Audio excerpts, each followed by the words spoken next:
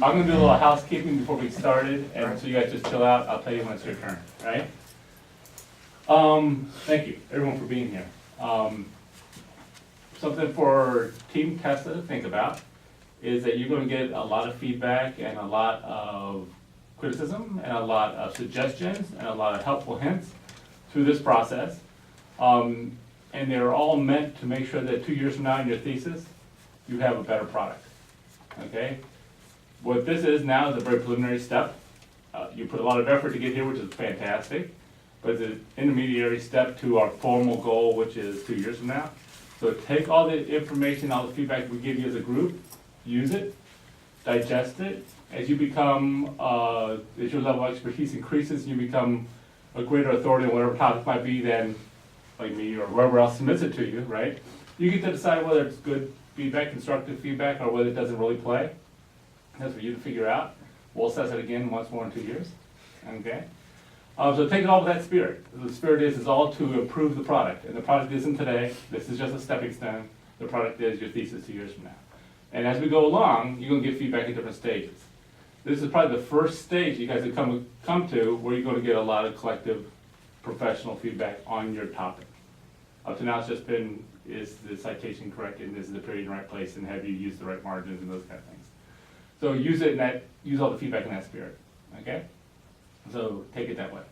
Second thing is, whenever you're talking to a room, whether it's a room with 3 people or a room with 300 people, you need to know, in aggregate, the best way you can, the confidence or the technical capabilities of your audience and how they're going to understand what you're talking about. So to help do that, it's going to be a very awkward process, but to help do that, we're going to formally introduce ourselves and give you a sentence or two about what we feel our understanding is of this topic, so you can adjust your presentation accordingly. You don't want to aim too high, you don't want to aim too low, you want to try to aim for the room you're talking to. Sometimes that's very hard to do. That's a lesson you should take and utilize as you go in any room you're going into to talk to any group of any size. Who am I speaking with? What's their ability to understand what I'm presenting? Because it's not the technical part of your presentation, it's your message. You gotta try to get your message across. All right. That being said, we'll start with the introductions. I'll start. I'm Dr. Frank Cole, I'm director of the Gemstone program, and my understanding of this technology is almost zero. Okay, so I'm starting from a very consumer-oriented user of an application outlook on this thing. So that's going to be my perspective on it as you guys present. Kristen, want to go next? Yes, hi, I'm Dr. Kristen Sendel, the Associate Director of the Gemstone program, and I also have a consumer approach, although physics was my favorite science in high school, so.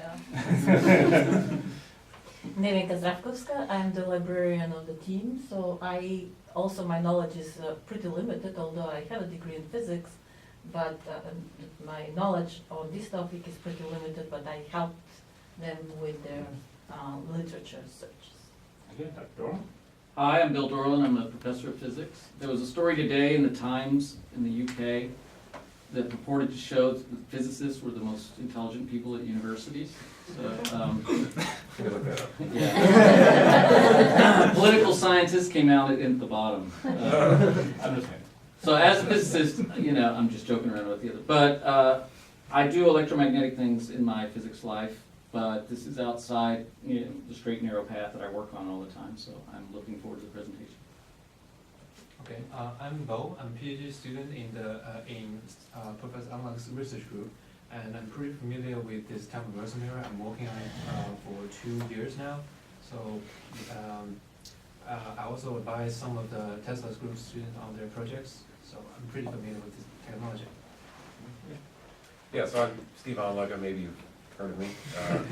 So I'm the mentor for this great group of undergraduate students, and I'm somewhat familiar with the technology, but I mean, the technology doesn't really exist, so I mean, it's just what we make of it. So anyway, and so I've worked on, this is actually an outgrowth of work in quantum chaos or wave chaos, which is one of my research specialties, and nonlinear dynamics and chaos, which is also a research specialty. And anyway, and I'm hoping that we'll turn this into something practical and useful so that people who are consumers can really benefit from this and really learn, or actually do some new stuff that's non-trivial, based on some really cool physics ideas. Value. I'm Christian Kim, eminent professor of information technology at eligible computer engineering departments. I was invited here. I had nothing to do with physics.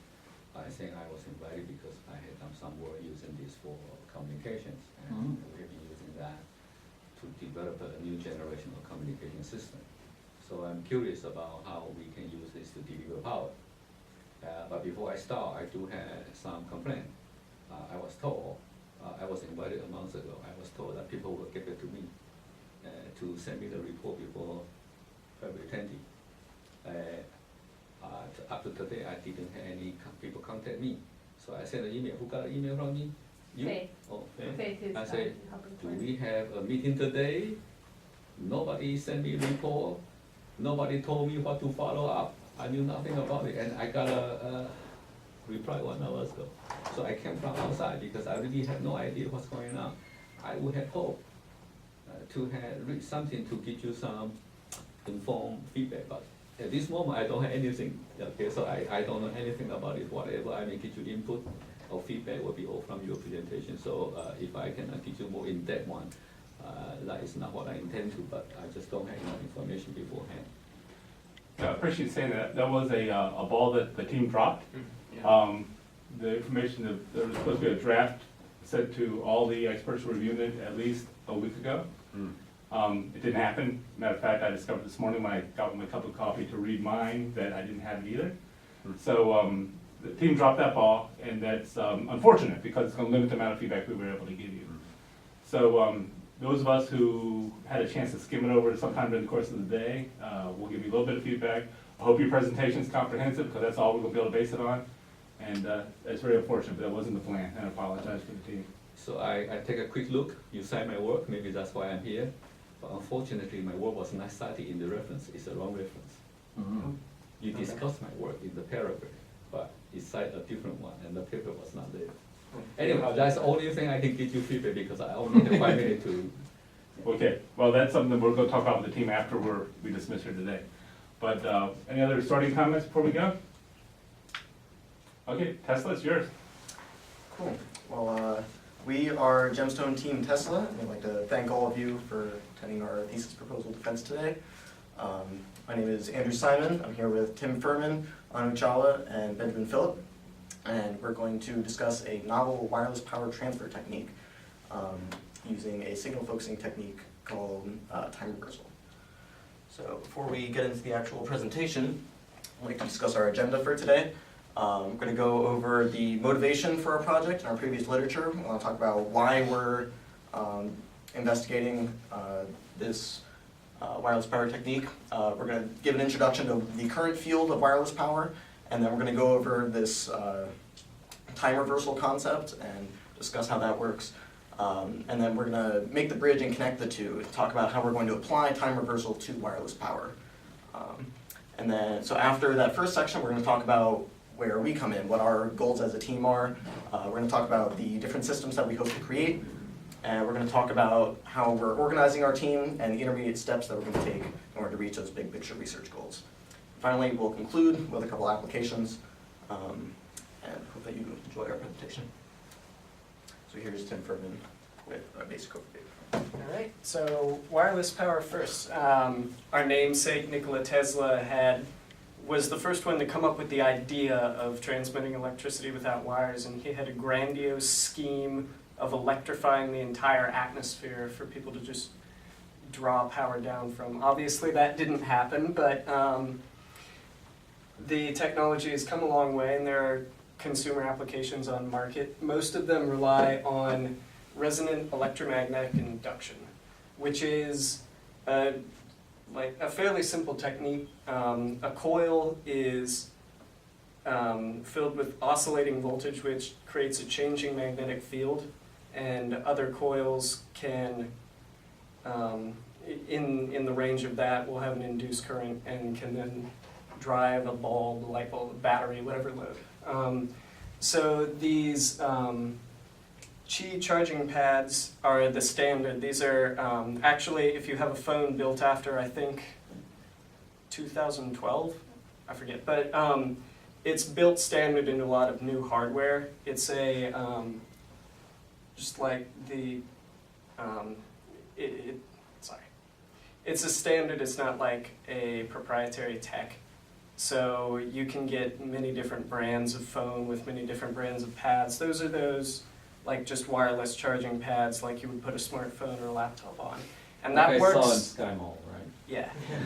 And that works well, but it has some of the same limitations as a plug in that your device has to be in the same place. Like you can use it while it's plugged in, but you can't have it in your pocket or anything, and it's really short range. A couple new companies such as Witricity and Coda have improved on the same concept. They're still using resonant magnetic induction, but they've found a way, they call it highly resonant, and this is proprietary, so we don't entirely know, but Well, what does resonant mean? You're resonant, gonna talk about highly resonant. yeah, resonant just refers to the way it's oscillating, like, Mhm. and can you explain? No, like, you're going from resonant to highly resonant. Right. And I'm just wondering, what does it And mean? we actually don't know what highly resonant means either. They've Okay. taken this technique, and highly resonant is just their name for their version of it. Okay. And we've looked at their patents, but we're not entirely sure. As far as we can tell, what they've done is they've just tuned their coils very exactly to each other, so there's not much loss. And with this, they can get up to a distance of about like 30 feet, Hmm. or so they say. And they have a demo of them charging a car, so they can clearly get a lot of power out of it. Yeah, I have been in electricity. In fact, I talked to the CEO, Eric Geiler, you referenced in your report 2 days ago. Cool. So, and then microwave beaming was discussed as a way to get around some of the range limitations, like people talked about beaming power to satellites, but as far as we know, no one's actually done that. And it's too unstable for a consumer market. So the drawbacks of the current methods are they still have a relatively low range. Like 30 feet is good, but they're not on market yet for one thing, and it's not that much compared to like a Wi-Fi signal or something. And also you can't move with it. So we propose that time reversal may be able to get around this. So time reversal is a signal focusing technique. You can't tell that well from this diagram because it's just a box, but it's robust and in fact works better in a complex environment. So this icon of the phone represents the device we're trying to find and charge. This icon of Wardenclyffe Tower represents our time reversal mirror, which a mirror is just what you call a device that does time reversal. It's a transmitter, a receiver, and something to manipulate the signal. So, wait. Yeah. I didn't have a chance to read either, so why is this called time reversal? That sounds like Star Trek or something. So before you tell me about that mushroom, what is reversing time here? I mean, what's the basic idea? So the time reversal refers to the fact that you send waves out into the environment and they ricochet off everything and trace some path. Mm-hmm. And then if you take that garbled sona that you get and just literally reverse it, like the stuff that you heard first, you play last and play it back out, the waves trace the same path backwards and will collapse at whatever they originated from. I see. So, That's the basic idea. yeah. So you're not reversing time, but Reversing order. right, you're reversing direction of the waves by manipulating them in time. So,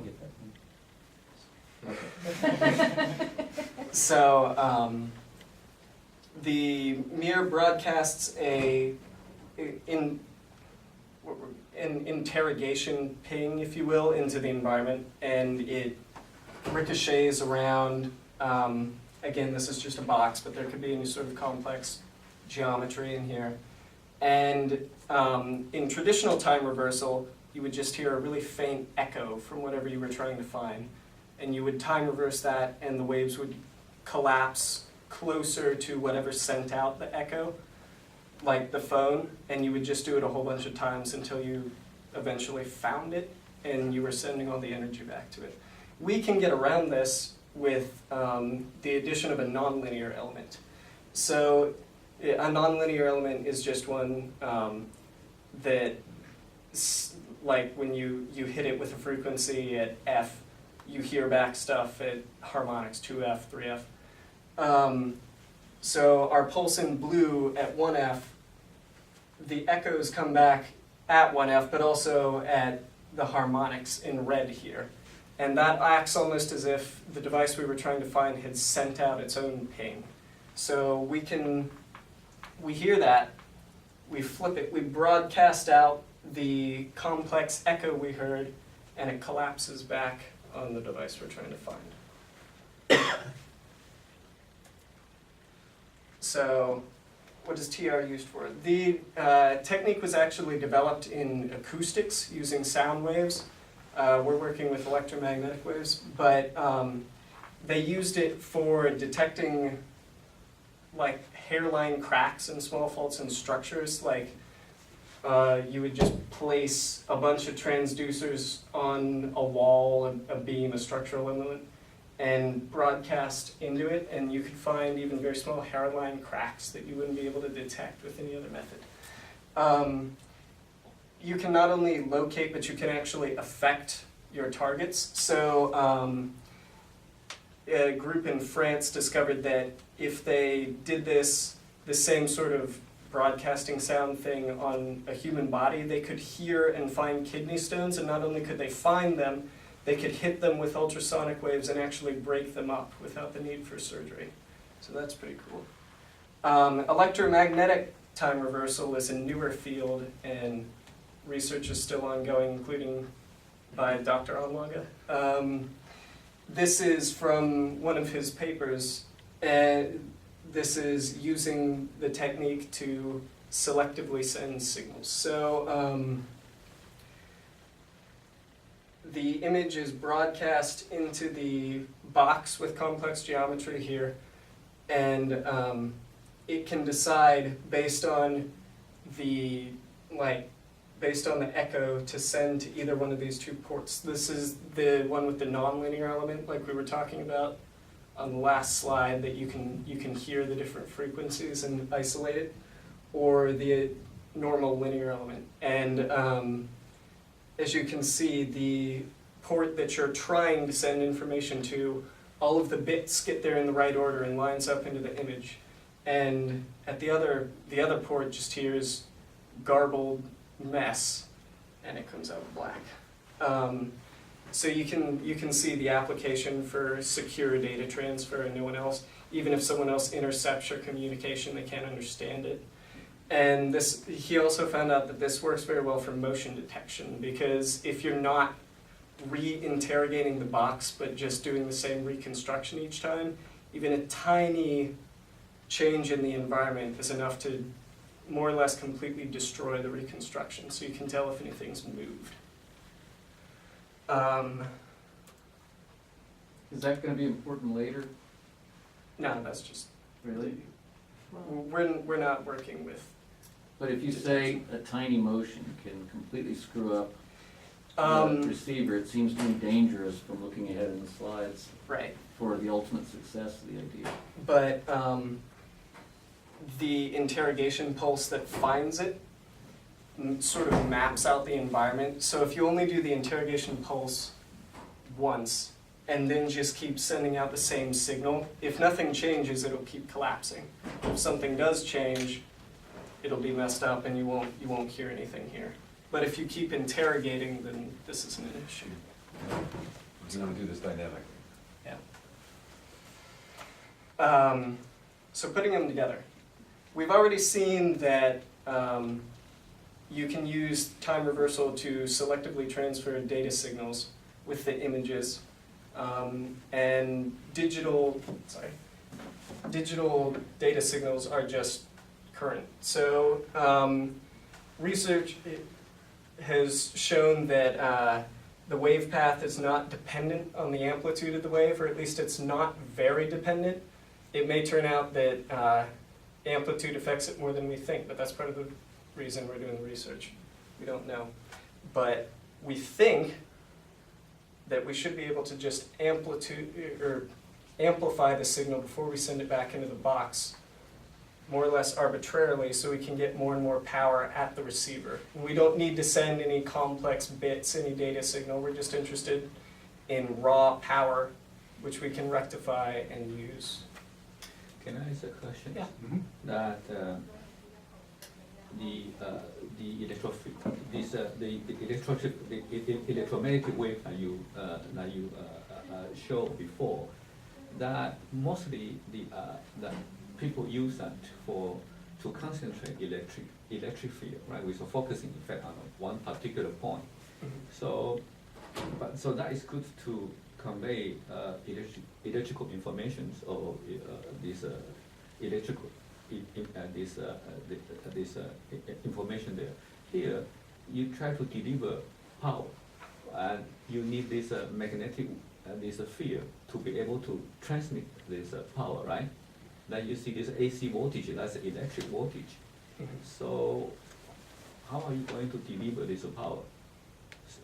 By only looking at this focusing effect of this electric field. Do you have that also as a magnetic field? They go hand in hand, do they not? I mean, I don't know. I'm asking. But I use the electric part, but you may also need the magnetic part, right? So what do you do here?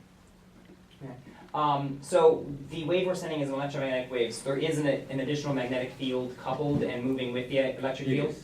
So when this focuses in, we can capture the magnetic field using a rectifying antenna, which, similar in the way that a normal antenna can capture an electromagnetic wave and turn it into a signal, a rectifying antenna does a similar thing, but with a focus on turning the signal not into a, I guess, 1-to-1 ratio of the pattern coming in versus the pattern coming out, which is then used by like the computer to create a song or an image or whatever is being broadcast. Rather, it tries to combine that pattern into a relatively constant usable energy source. In this case, we'll be turning the electromagnetic wave into an AC power moving through the circuit using a rectifying antenna.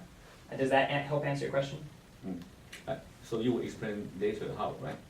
Yeah, I believe we do mention the rectifying antenna and how we are using it. We don't go into a great deal of detail on the rectifying antenna itself because our main focus is on the process. The rectifying antenna is just a means to an end. Do you have one already in the lab, or do you have to invent one? Is someone rectifying? Oh, Tim actually. no, a rectifying antenna? That's what he said. Is it, you're asking if we? Yeah. Yes. There are rectifying antennas, but I think that we're going to have to design a specific one that can do the tasks that we need it to, and that'll come down the road, but not something that we're specifically looking for right now. We just need to find a part that can work and then specialize it. Okay, right, yeah. So, part of these questions might be answered further Okay, on. that's always how it happens. So yeah, that's the general idea, and Anu can talk about what we're doing with it. Okay. So Tesla believes that this excuse me, time reversal method has a lot of potential, but we don't have a lot of time. We only have roughly 2 years to research and implement. Well, we've done a lot of the research already, but as such, we've had to prioritize and decide what do we really want to get out of this project. What we've decided is that we want to prove that electromagnetic time reversal is a viable method of wireless power transfer, and we want to prove this through our creation of a proof of concept. We'll discuss that shortly, but if that were successful, then we would like to create a standalone system. We want to create something that proves that electromagnetic time reversal works outside the laboratory. We want to see it in a more realistic environment, and that too we'll discuss shortly. Finally, if that were also successful, we would focus most likely our energy on commercialization. However, currently that is not our priority, and that's not the focus of our project. So, current hypotheses. Our first goal is to hopefully effectively transfer 1 watt of power from our source to our load using this electromagnetic time reversal method. Do you mean you want to transmit a watt or receive a watt? Receive. Does it matter? We want to receive. Yes, Yeah. we We want, don't- sorry. We want a lot to play with at the other end. We believe that this is a good starting point for starting to power small electronic devices. Second, we hypothesize that a moving receiver can still be suitably powered using frequent interrogation pulses. Now, this is the heart of our project, because yes, there are wireless power transfer methods for stationary objects, but what makes this such a unique approach is that it works for moving objects as well, and that's what we'd really like to emphasize and exploit if possible. So with our frequent interrogation pulses, as you asked before, doesn't the fact that a slight change interrupt the entire concept? Yes, it does. That's why we take so many snapshots. We're constantly updating our Sona. That's what makes this viable for a moving receiver. Third, we also posit that time reversal will prove to be robust over a variety of room geometries and lossy features. Room geometries and lossy features, what does that mean? We want to see this not just in a metallic reflective box that we have in the laboratory. We want to see this in rooms with weird shapes like this one. We want to see it with carpet and doors and windows and concrete. We want to see what happens with these different materials and these different shapes. Oh, wait, your second hypothesis. I Yes. think that one is very questionable, given my experience. We have conducted quite a lot of experiment for that. Okay? When you are time reversal, you need 2 locations, right? First, the first one had to ping, send a signal first. The other one will have a time reversal profile and waveform, right? Then you time reverse it and send back. Then that will be focusing on this point, right? Okay. When this location, each location has a very unique signature. Okay, that's why it will go back to this location. When it moves, the signature change. You had to recapture the new signature. That's true. Yeah, so therefore, time reversal, I mean, it is ideal for stationary thing. When it is changing, you need to re-estimate that, okay, very often. Therefore, motion is not the strong part for time reversal. Yeah, so that's the first comment. Second comment, you say you believe one walk can be effectively transferred. I don't get it. What does that mean, you believe? I mean, one walk, based on what you can believe, and why is one walk, They why is hope. not two? They hope to get one. Oh, they hope, okay. Yes. Okay. Before you go on, I'd like to, from the naive point of view, follow up on that question, because I think I understand it, but I probably don't. All right, so my problem is I don't have a good grasp on the relative time intervals. You see, when you use a toy car as your receiver on the previous slide. Excuse the ignorance of this question. How fast is that toy car moving relative to the interval that the pinging's going at? And I presume it's out and back speed of light, so it's really very fast, right? Yeah. But So the time between. how often can that cycle? We believe it should be on the order of milliseconds to microseconds. So when we're Milliseconds to microseconds of a ping and a return? Exactly. Because it's moving at the speed of light, we think that any sort of normal appropriate speed for a toy car or a phone in your pocket, something like that, we believe that the change in position shouldn't be major enough that we can't deliver power to it before we gather a new interrogation pulse. How long does it take to calculate the reverse signal? That's something that we still have to investigate. Yeah, and also, how long? In order to use you need a very broad band to accurately do that. It will take microsecond. Okay, I'm telling you a lot of proprietary information, microsecond. And microsecond, you want to do that. My advice is don't do motion first, because when you can show that you can do using time reversal to deliver power, that is already very important, already groundbreaking. Motion is the weakest part of time reversal. If you do that, that may fail you. Okay, I'm not making something dramatic. I have experience on that. That will fail you. You want to do that later. You want to do that after you successfully deliver power for something stationary. Okay, and then you can move on to that. Otherwise, that will be your biggest issue that you are going to face. So do number one first, Yeah. and then do number two. Thank you. But be successful if you get one. is also Okay, It's very. go ahead. Yes, thank you so much for your feedback. We'll definitely be keeping that in mind as we progress. So this is our proof of concept, as you've seen before. It is a toy car, and the reason we want to do this is we want to demonstrate motion. Maybe that's not the most important thing right now, but as we have it planned, that's what we wanted to do. We wanted to demonstrate motion, we wanted to demonstrate range. This is a very visible demonstration of those things, and How big is it? You said range. I'm sorry. Well, compared to something like a Qi charging pad, where they have to be basically touching at all times. But in your world, how big are you hoping to have this box? You said in a reflective environment. How big is that environment? Well, currently in our laboratory, it's only about this big. It's not giant. It's not room size. We're hoping. That's fine. That's what I'm asking. Yeah. And the car. We haven't fully fleshed it out, but Okay. we want. I mean, it's just something small. It doesn't entirely matter right now. Like if it was a small car, or like a bigger one, that sort of. I mean, Bigger makes it easier. But we're still fleshing out those details, to be honest. But those are the concepts behind our endeavor. We want to prove these things. There's a specific reason we've chosen. What's this a approach. reflective environment?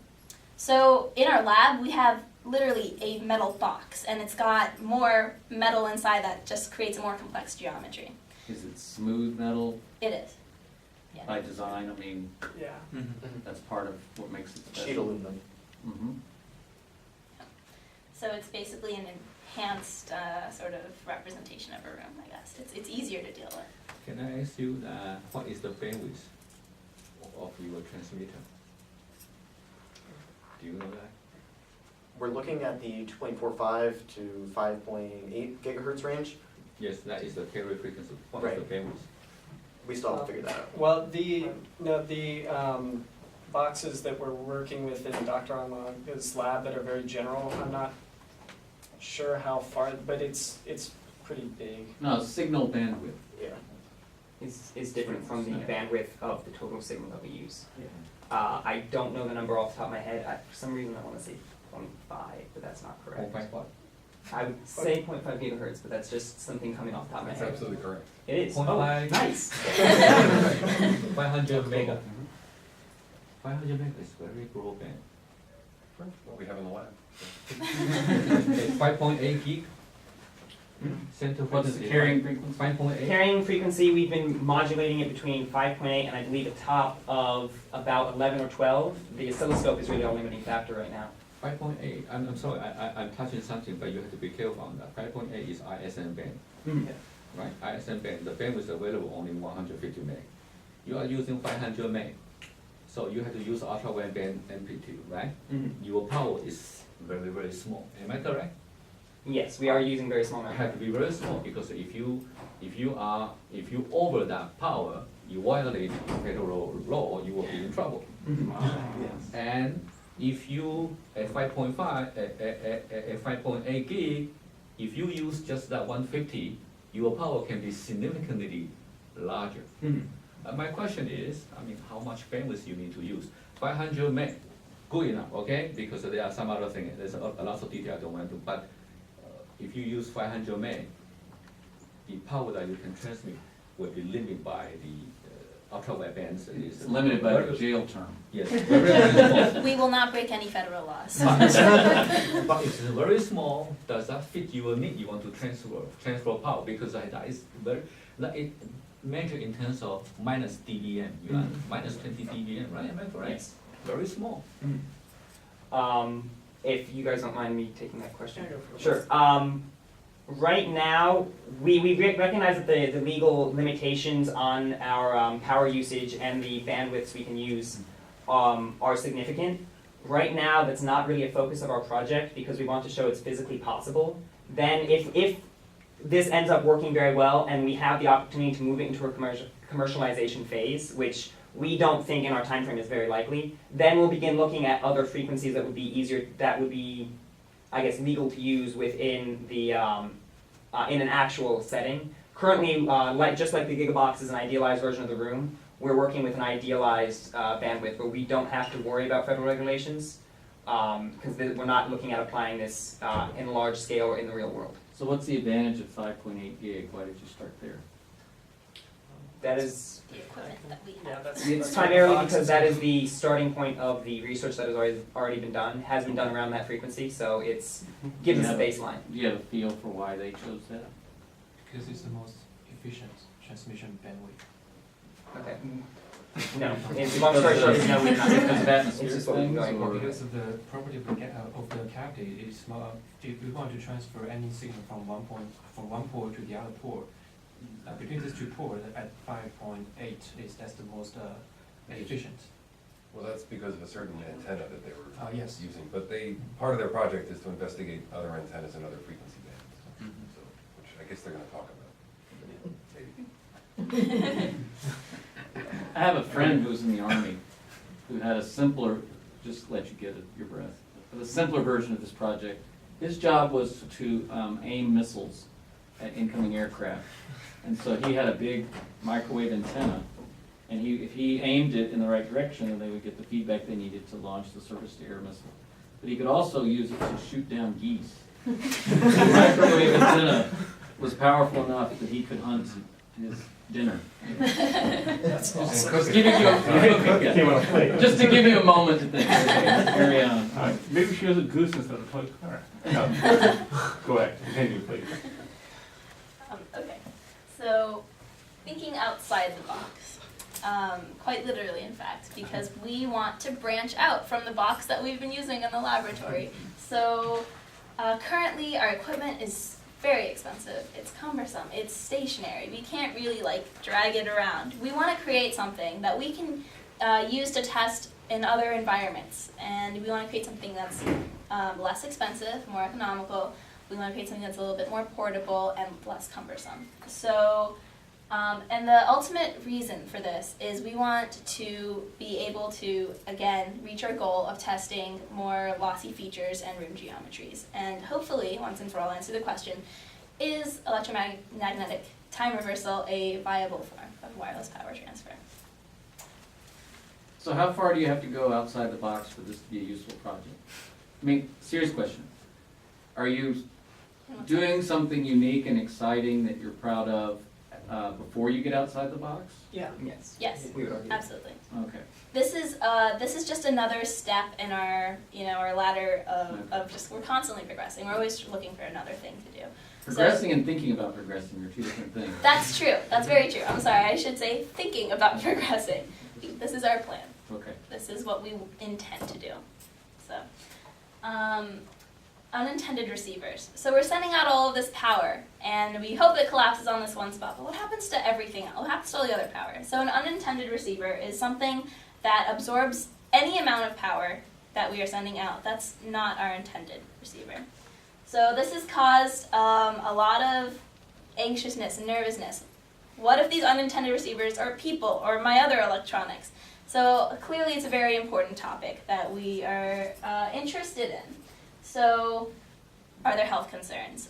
We hope to further understand this, but right now what we have is this number here, 6%. That's the amount of power that unintended receivers can absorb at any one time based on our 100% of the power that we've outputted. So, I didn't understand the sentence. okay, sorry. So based on the power that we put out, that's the 100% of the power that we put out, unintended receivers can receive only up to about 6% is what That's we your found. goal.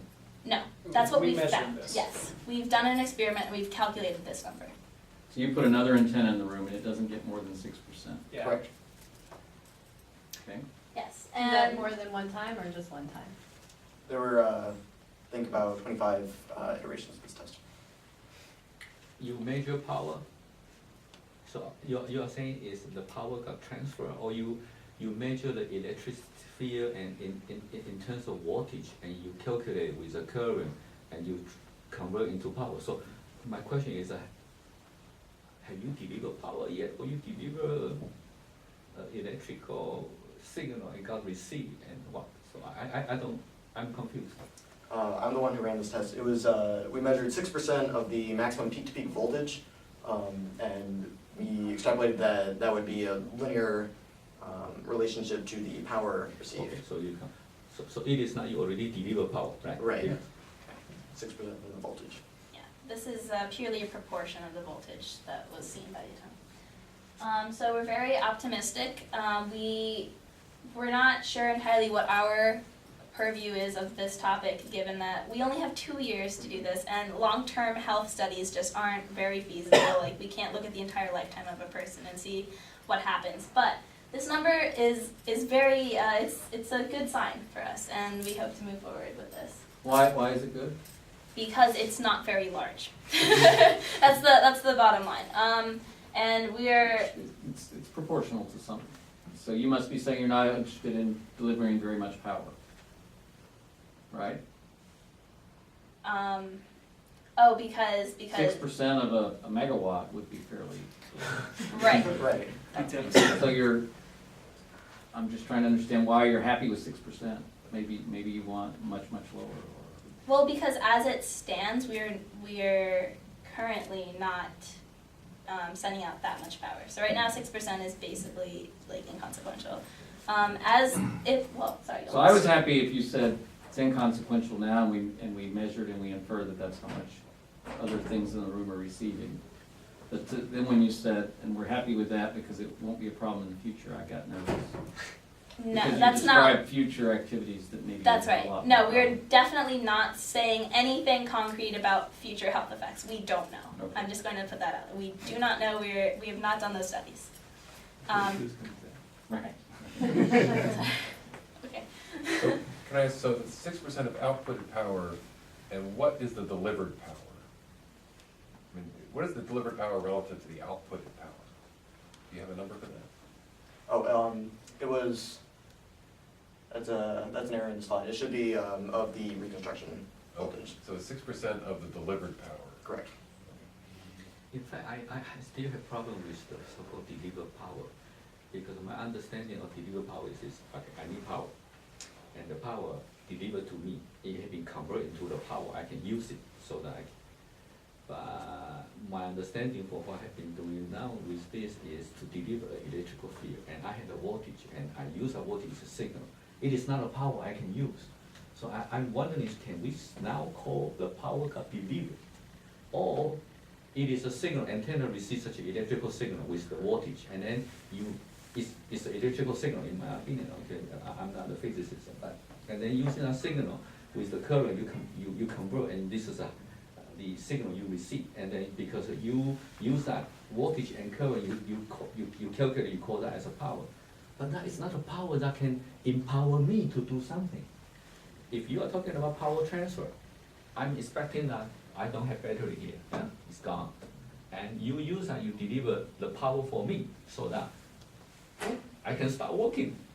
Rather than I have power myself, okay, I have my power myself, and I'm receiving signal from you, and you send me an email, okay, and I'm looking at that by consuming my power to look at that.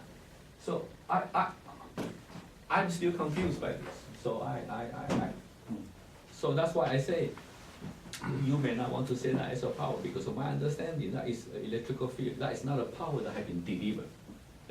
Did you get my point? I'm still confused on what you want to achieve. Do you want to deliver a power that the other side can use that power, or you want to deliver an electrical signal? We want to deliver a power that they That can charge your yes, phone. okay, Yeah, fine, they yes. can- Then therefore, at this moment, it is not that yet, right? Well, I think they've got a 50 ohm load on the point where they're collapsing the signal. So this is power delivered to a 50 ohm load. So the other side can use? Well, it's power delivered to a 50 ohm load. I mean, sure. The antenna the receiving antenna was connected to the oscilloscope, and that oscilloscope is supposed to be 50 ohm. It has this characteristic impedance of 50 ohm. So if we replace that antenna with a 50 ohm resistor, Then it will become will a current, consume. consumed. yeah. And also in the input, in the transmitter point from the transmitting antenna, it has a connected to a power generator, which has usually 10 dBm power. We can ramp it up to a high power. Rated through amplifier. Yes. But that's local. Yes. It Yes. does- Right. We can do that. So I'll step in administratively. Were you guys taking notes on this stuff? Or you totally understand this conversation? We have the video, I right? wouldn't count on the audio coming through. I understand the Okay, importance of this. got it. Just want to make sure I missed it. Oh, yeah. This is highly valuable input to you guys, and I don't want you to miss it. Yeah. You can have my notes, but it'd be totally worth it. Okay, please continue. Okay, yeah, so this clearly is a concept we'll have to deal with eventually. But here's Ben with our current team organization. I don't know, where did I put my note cards? Magic trick, here they are. All right, so now I'm going to talk to you all about how exactly we plan to do this, what our goals are moving forward, but our organization to reach those goals. So we're going to have 4 sub-teams that are going to be involved in the design process. Antenna design, nonlinear response, modeling and analysis, and lossy events. And they'll be aided by 2 more administrative teams, grant writing and intellectual property. So the antenna sub-team is going to be in charge of making the actual transmitting antenna. They're going to design it and they're going to work with it and improve it as we go through the design process. And their job is to optimize from the wall to that antenna and sending out that signal. From there we have the nonlinear response team, which is going to be building the receiving antenna. So their job is to make the antenna and the rectifying circuit and be able to draw as much power as possible from, No. okay, sorry. To draw as much power possible and to make an effective nonlinear element that can ping back a strong enough signal to be heard from the place the power is going to be sent from. The modeling and analysis team is just that. They're in charge of modeling the systems using some modeling techniques that already exist and analyzing what we think how the system is going to behave based on what the parameters are that we're aware of, and hopefully be able to judge what will happen. And then they'll also be in charge of analyzing that data and comparing it to the data that we get once we have an actual physical system from which we can collect data. How many people are on that team? Which 3. team? Modeling and analysis? Yeah, so 3. 3? Yes, 3. And then lossy events sub-team, their job is to bridge the gap between the idealized environment and to deal with the more non-ideal cases that we will have to deal with and figure out possible sources of loss in the system and how to address those going forward and reduce those sources of loss. Grant writing is fairly straightforward. They're in charge of raising funds so that we can continue our research. And intellectual property, though we're not a commercializing team, we do want to have some people on the job to make sure that there aren't people who make this system before we do. Wait. What are you going to do to them if they do? That's really what the team is for. That's really there's a reason nonlinear response team is responding to something. No. Okay, can I ask a question? This I really don't get it. Why we need nonlinear response? Why do we need nonlinear response? I can field this Yeah, question. go ahead. The reason that we are pursuing a nonlinear response is that we want to differentiate between the linear interrogation pulse that we are sending out and the signal we are receiving back. So that the signal we are receiving back that can be used to create new interrogation pulses, and so that we can in a faster way we can receive in the frequency domain, we can receive what signal came from that device and then reverse that signal and send it back in the time domain. So let's see. Okay, time reversal is let's make a very simple model. Is that you want to transmit a signal to me, right? Yes. So first, I ping, right? Yes. And then this reflect, and you No. receive a profile. I'm sorry. He sends out an interrogation ping, and you respond with the nonlinear response. Okay, but that's fine, because then he becomes receiver. He send out first, okay? Then I receive. I time reverse it, right? And send back. No. I receive the pulse that you, from the second, the nonlinear. Start at the beginning, you said. Okay, so I send out the interrogation pulse. And then through this Yeah, reflections, then I shaped see roughly. all the signal, yeah? I can see that, yeah? Yes. And But then, you don't Well, TR it. You don't, then I will see all these. you don't profile. receive all the signal. You're passive. You're You're totally passive. passive. You're passive. I You don't have no receive energy. your nonlinear You're passive dead. device. You're just passive. They do At the TR. moment, maybe at the moment, Beauty is So, it's a one-person like thing. At the moment, what happens is initially, the interrogation pulse, not all of that energy will go to you. What we're hoping is that there is some amount that does go to you, such that we can get a small amount back from the nonlinear response. And then we can. So you pin, right, and I cannot react, then it's all reflection, and I cannot, then, okay, then what? Do I need to do anything or I don't? No. The You fact- convert their 1F frequency to 2F. Right, the fact that you're a That's all you do. nonlinear element means that anything refracting off of you will be at a different frequency, which we can then pick out But how when do we you, reverse it. how can I reflect to you? That's what the nonlinear element does. So I need a nonlinear element Yes. to reflect Yes. that to you, right? Yes. Okay, so, So then that is a new signal that you are generating at that second frequency. and this nonlinear element does not need any power to reflect? No. Okay. the- Except that ping pulse. Yeah. In the sense that any information that it is transmitting some power, but the goal of that power is to relay information, not to be actually usable. Since I don't have any power, how can I reflect that back to you, even though it's May I, nonlinear? may I make a clarification? So let's say you're standing in the Grand Canyon and you shout, and you'll hear an echo, correct? Mm. The canyon itself isn't creating noise, it's merely reflecting back to you the noise you've already created. So in the same way, the rectifying antenna in this case, in the first step of our process, we send out a frequency, let's say, let's just say 1F.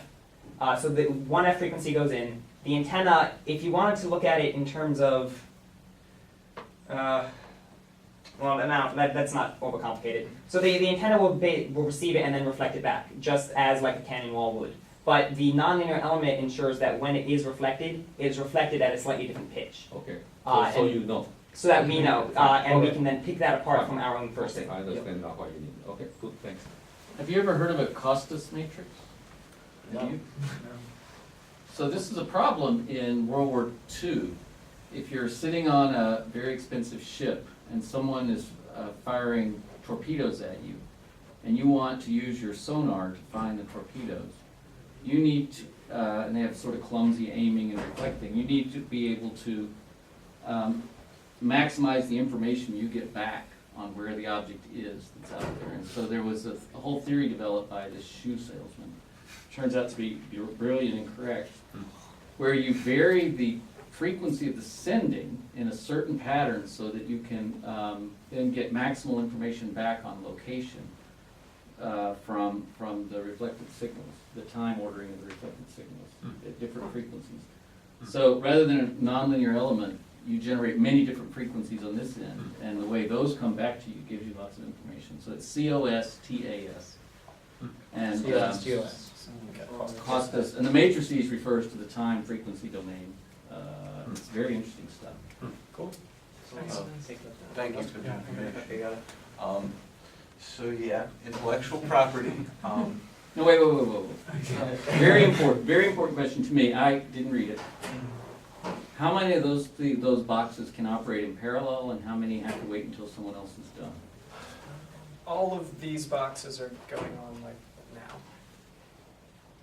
So intellectual property is already working, even though there's not a property They're yet. they're looking at patents that are existing and seeing how Okay, they're working. Yeah. That's fine. Yeah.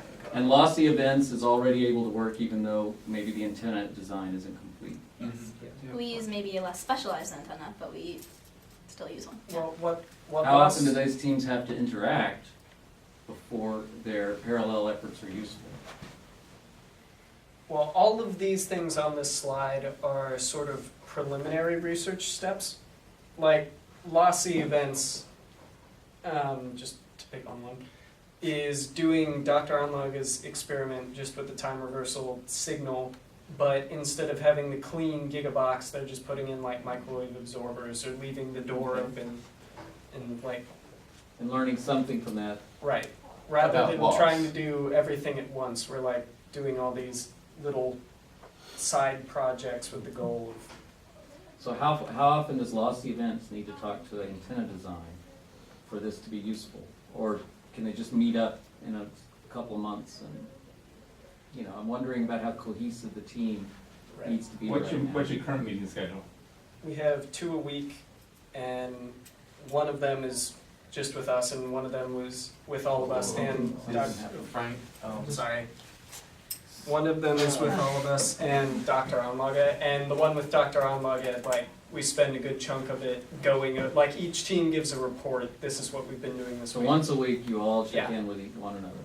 Right. And if he's not there, can you still communicate?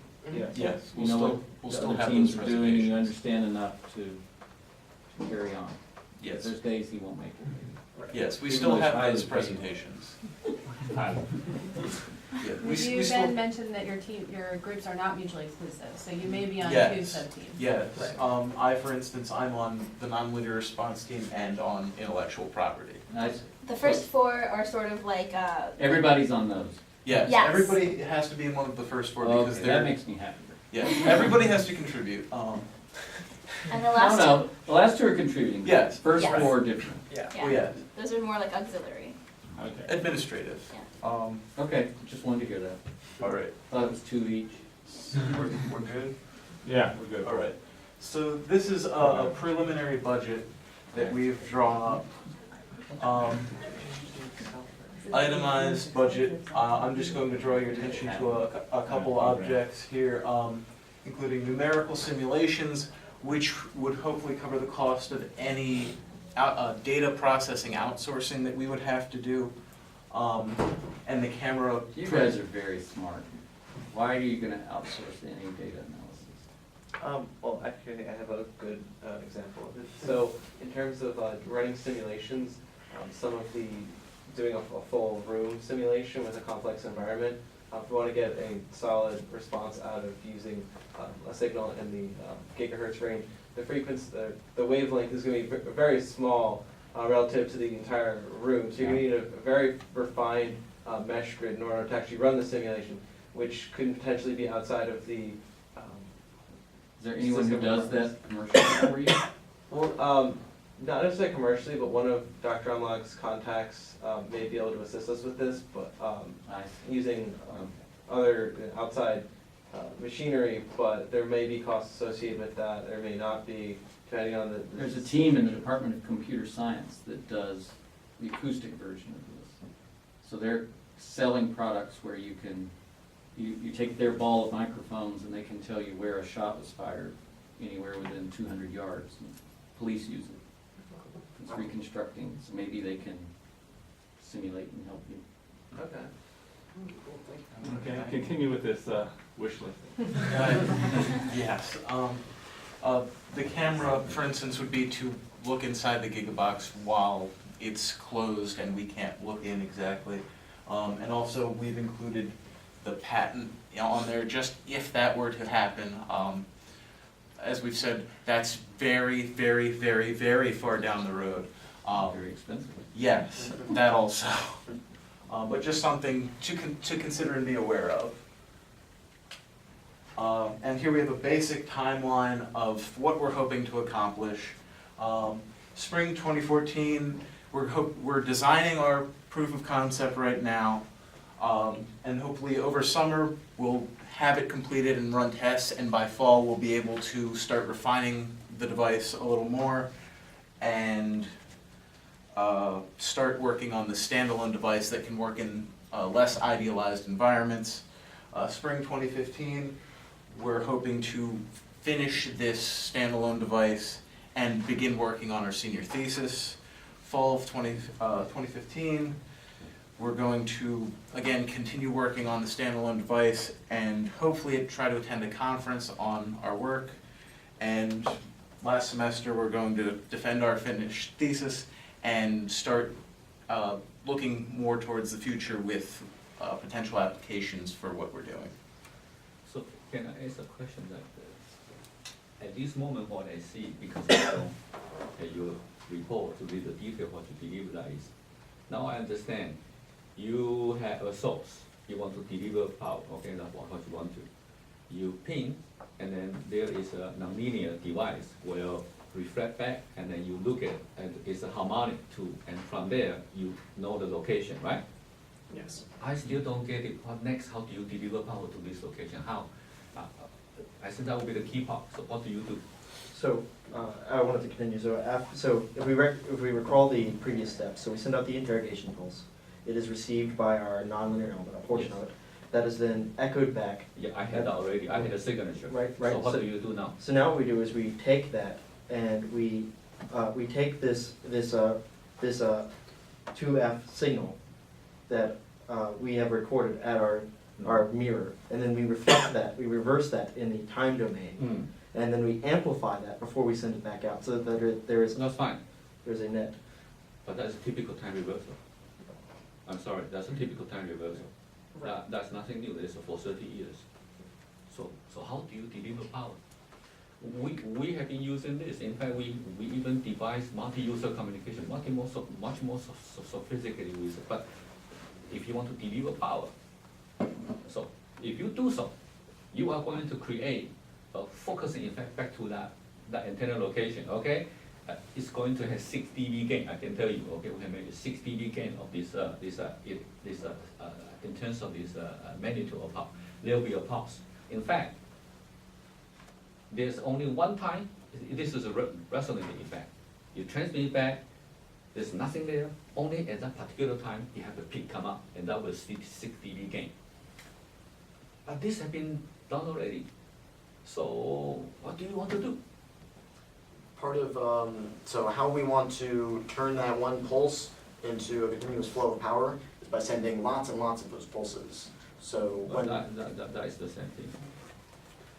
I can make this We have been little- using that, many people have been using that, that is the same.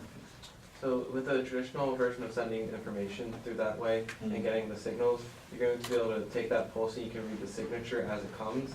So while using the technique itself has been well documented, our aspect that takes it one step further is being able to go kind of into the circuitry of our devices on power, or having some kind of external aspect to it that can take those pulses and be able to not only rectify those signals, but also be able to store them in some kind of DC format, rather than having, some AC from your peak that I'm sorry. oscillates.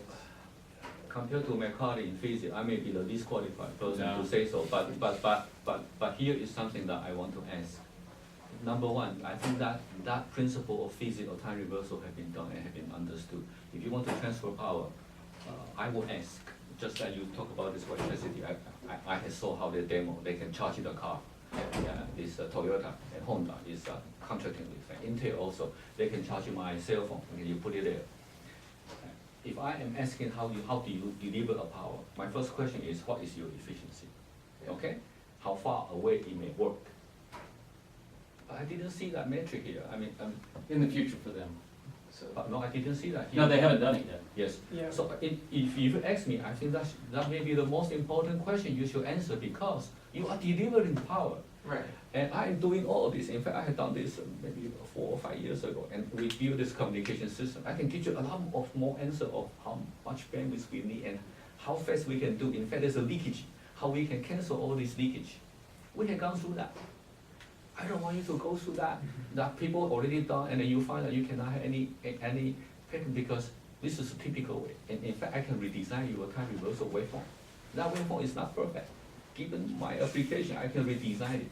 But I want to transmit information, okay? I'm delivering information, so that is fine. If you are delivering power,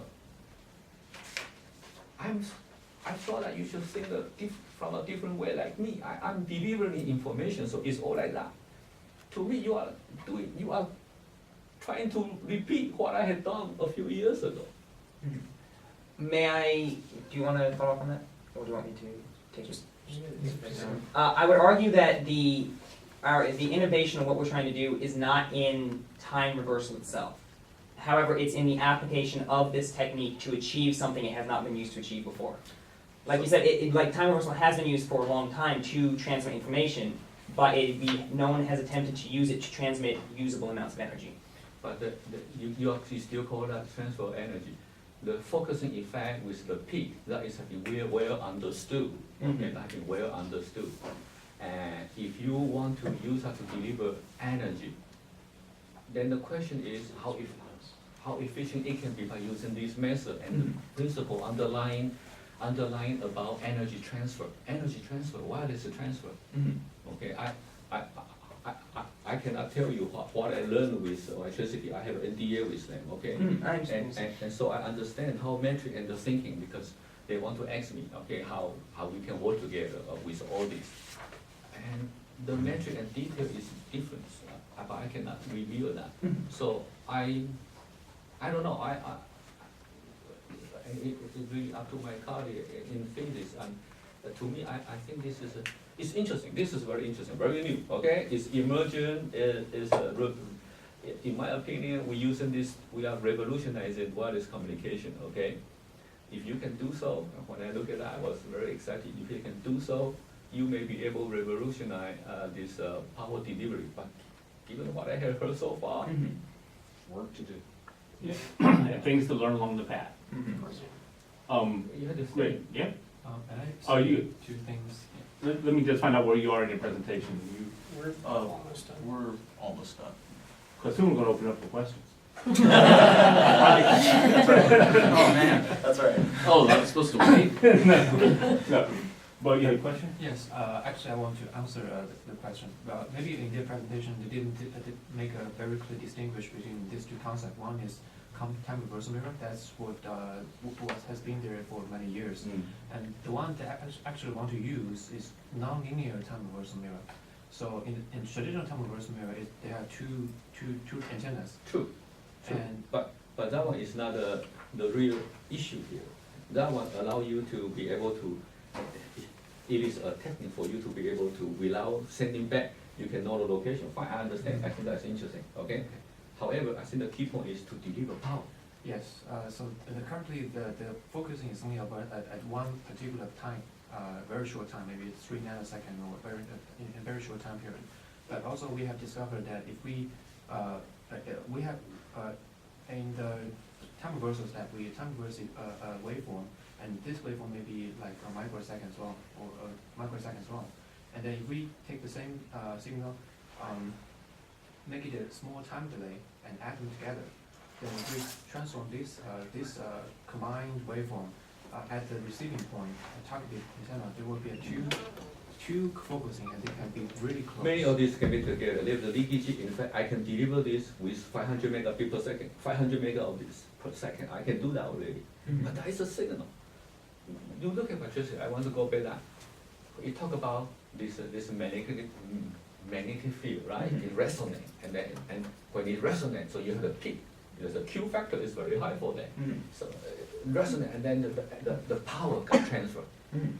I didn't see that here. I see it as electrical field. What you are talking about is you try to do this electrical field, and you are repeating something that many people have already done that. And I myself, I'm not sure if that is a power transfer, given what I have seen in electricity. Okay. So what I'd like to do, I think my ears are comprehending a small fraction of the conversation, but it seems like we're kind of starting to get cyclic. So I hope you all are taking that information in and will digest that very thoroughly. We have a couple other aspects of the question I want to get to. I want to make sure that our librarian's perspective is heard. So if you have any comments you'd like to make.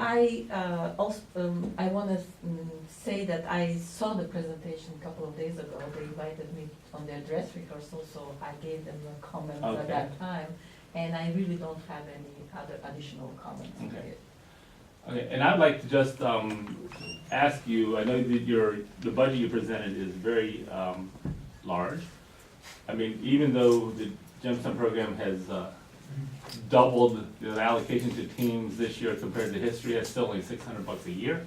It's going to take you how many years to get $28,000? You're not going to be here that long. So Is this why you asked me here? yeah. No. So excluding the patent, which we're not gonna pay for regardless. Yes. Even if you got there, it still leaves you about 12 grand that you need to find. Where are you proposing to search for those funds, and where do you think your best prospects are? Grant writing? I guess I can hit on. So, right now, the main source that we're looking at is for government funding from, Dr. Alonga has a contact who's told us they have interest in, looking at time reversal from the Naval Research Lab. And so because DARPA is involved with the research currently conducted at the Naval Research Lab in time reversal, he felt it could be applicable to us for our time reversal research. So that's our main avenue right now that we're pursuing. It's kind of, it's not conclusive yet whether or not that will be funding or not. But if that doesn't pan out, it looks to be that other kind of governmental organizations that look at, that have already looked into time reversal as a means for either communication or whatever application they see fit, those could be potential revenue sources for us. Okay, totally understand that. So you haven't identified a specific program, funding program yet. So let's say you identify one and the proposal's due July 1st. Okay. Okay. Well, first, let's back up the question. If the proposal's due July 1st, when does your proposal have to be done? May 1st, or June 1st. Can't do A it. month ahead of time, you gotta be ready to rock and roll with it, right? July 1st, so let's say, which is that's about the time frame we're working now, if an RFP came out soon. With funding available, maybe 9 months later, 6 months later at the fastest. So you'd be next December before any money would be available. Then the money's here then. Can you wait that long to have funding? You can. That is actually a very good point, and I would say it will be an issue for us. However, one of the things that we're doing, particularly with the way of breaking down to working with idealized situations first and then moving into a realistic situation, is that most of the components, particularly the expensive components that we need for idealized situations already exist in the form of the equipment in Dr. Onlaga's lab. So we expect, and please correct me if I'm wrong, our costs for the preliminary phases to be relatively low. And then as we try to build something new, something specialized to work in a more realistic environment, that is when most of our costs will be applied. Would you say that would be correct? Yeah, that's, especially in terms of going with the $12,000 or $15,000 comes out to be minus the patent. Majority of that comes from only a couple of components, and those are really to allow for the really high speed aspect of this process so that we could do it in a non-idealized environment. So if you cut out those parts that are making it very, very rapid, I can't say it would come down to the value that a lot from the Gemstone, but it would be a lot more reasonable. I know personally that the high-speed microcontrollers, which would allow for this to, the pulses to be fired almost continuously, are going to be around $4,000 or $5,000. But that's something coming later that is just to prove that, okay, this can happen extremely rapidly, rather than right now we can just say, okay, we know that this can work for our end goal. Okay, the goal of this whole discussion is that this is plan A. Yes. Yes. I'm glad to hear that there is a plan B that's been discussed, because typically in a research project like this, you end up working on plan D, but you really don't know what it is yet, right? So just bear in mind, this is an idealized plan. You can take 10 grand off, but we're not paying for your patent. But you need to find, a plan A funding stream, a plan B funding stream. And I'd say a plan C that's loaned equipment. There's a lot of labs on this campus. Maybe some of this material can be loaned to. But I should also point out, there's a plan 0, which was to go to DARPA, and DARPA is a rather unconventional funding source. Okay. So they've actually already done a quad chart for this, which is in the hands of a guy at DARPA right now. Okay. And I'm anticipating, hopefully, that they'll ask for a proposal, and so I've also asked them to write a proposal, which I hope is done. It should, it'll be done this probably, we can review, we'll have a review for tomorrow. I can talk about it tomorrow. Yeah, But, pretty I mean, much. I'm anticipating that perhaps on Friday or Monday, this guy will say, please give me a proposal, and these guys, they're gonna do the whole thing. Great. So, and that's money that can come out very quickly, not on these 6 or 9 months. That's wonderful for you guys. And you walked out, we broke up different question patterns. You want? I'll ask the one question I have. How did you all explore, assess, and integrate scholarly resources into your proposal writing process?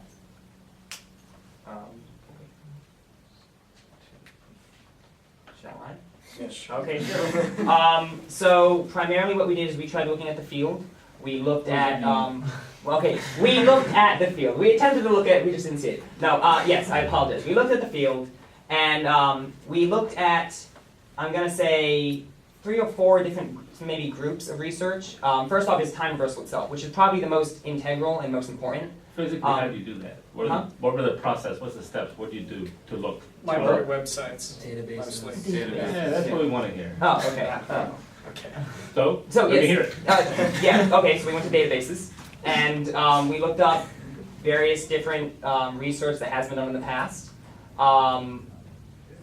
We also looked at, in So addition to you kind get a of paper that's been done in the past. How do Okay. you actually evaluate it? You're young, you're on the young side. Uh, Did you present it to each other and see if it made sense? Did you report out? Did you Xerox it and declare it done? We actually, Nevenka was a large help with this. She gave us a tool called Zotero, which you can use to collect essentially your own database of information. So how it works is I can take a PDF, a full text file from online, drag it into my Zotero window, and it will store a copy there. It will have the you can collect the metadata so that it has the authors, when it was published, where it was published, and all of that information. And you can create sort of like a Dropbox where you have a library across multiple users. So we have a team collection of these articles with summaries And then how did you attached read to it? several. Well, the first thing that we did was that we shared it amongst ourselves. We discussed some of the more interesting articles that we thought were immediately applicable to what we were doing. For papers that were more technical and above our heads, we went to our mentor, and we found some sources that we did not know were bad. They were actually very, very bad, and those would have been sources that we would have just kind of not really known about. So we had this peer review, but then more importantly, we had an expert review some of the more selective articles that we thought were more interesting or just above our level of knowledge. Okay, so you two haven't said much. Yeah, in the back, yeah. So when an article comes out and one of the other guys knows what's in it, do you know what's in it? How you know? Well, when each of us finds an article, we usually we read through it, try to see what information we can get out of it, because each of us has different background knowledge, because most of us have different fields that we're have more expertise with. So we go through, we look at it, we identify parts that we understand, parts we have questions with, and then when we share with the group, we discuss those parts, and then you can see those comments are online in the Zotero database, and then anybody can go, if there's a question, so another person can see, oh, I know the answer to that question, I can answer it, or and so like that basically lets the whole group be like cohesive in our general knowledge, even if it might not be up to standard. And to add on that a little bit more concretely, what we sort of like to break that down a little bit, over the summer, like before we actually began, we had each person assigned to review, I think, like 3 to 5 articles and write a short summary about it. And then towards the end of the summer, we shared those summaries with each other and allowed each other to sort of read over those, just to not actually have to read the whole article, but sort of just get the main gist of it. And then also during the year now, we're going, and each week a person is reviewing an article and presenting it at our team meeting in the first couple minutes to sort of just present what they found on it and see if there's any like sort of advances there or anything that could be useful, any like improvements on antenna design or things like that. And I wanted also to remind you that you also met with Jim Miller, who is our patent expert, who showed them about searching patents and be aware of the patent literature. So I think that was probably useful. It was very useful. Going forward, when you find somebody like Dr. Liu who knows about this work and has worked on it for years, how do you intend to further utilize his information? Do you have a plan here? Yeah, I will be very much, I'll be very glad to help, but this person I really worry is that your Q factor will be very, very low. So just hearing him say that, That's, and that's then, something very good to You know. cannot and then after he says that, and you work on that for a few months, and you come back and he says, well, maybe, but what about this? That seems very helpful. And make sure you cite Dr. Luke correctly. As you mentioned at the beginning, one of the papers that you cited was not where that information came from. So you might need to all go back and check some of those summaries that you have as well. My suggestion is just like you have plan A, plan B, plan C. This is a very interesting technology, okay? So you have to open mind to ask yourself. And now I believe you in the next few weeks or months, you have to ask so. If this is the right power delivery technology, if a Q factor will be so small, cannot compete with others, then change the direction. This is an exciting technology. You can apply to many different, you have many applications. You have to apply the right one, the right one. I am not sure at this moment if this is given what I heard, but I like this, what you have done. This is a great team. You are all very talented.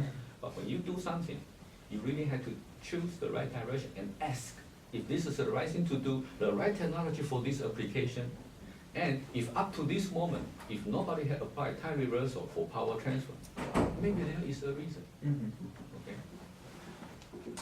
Okay, we're going to go one last round of final shots, final questions. That any of us at this end might have. And while you're thinking about those last attempts. Well, I have a challenge for you that I thought about when I saw the slides.